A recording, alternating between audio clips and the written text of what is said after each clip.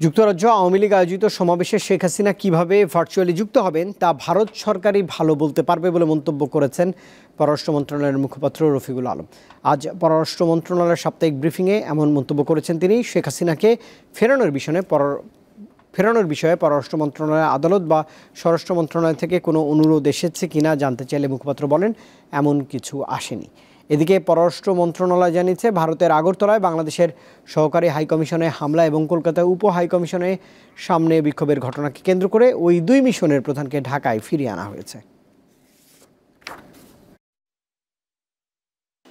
আমাদের জানা পত্রিকার মাধ্যমে আসা, আমরা পত্রিকাতে যা দেখেছি বা মিডিয়াতে যা দেখেছি যে এরকম একটা পলিটিক্যাল মিটিং আছে, সেই পলিটিক্যাল মিটিংয়ে উনি বক্তৃতা দিবেন। আপনারা যেরকম জানেন আমরাও সেরকম জানি।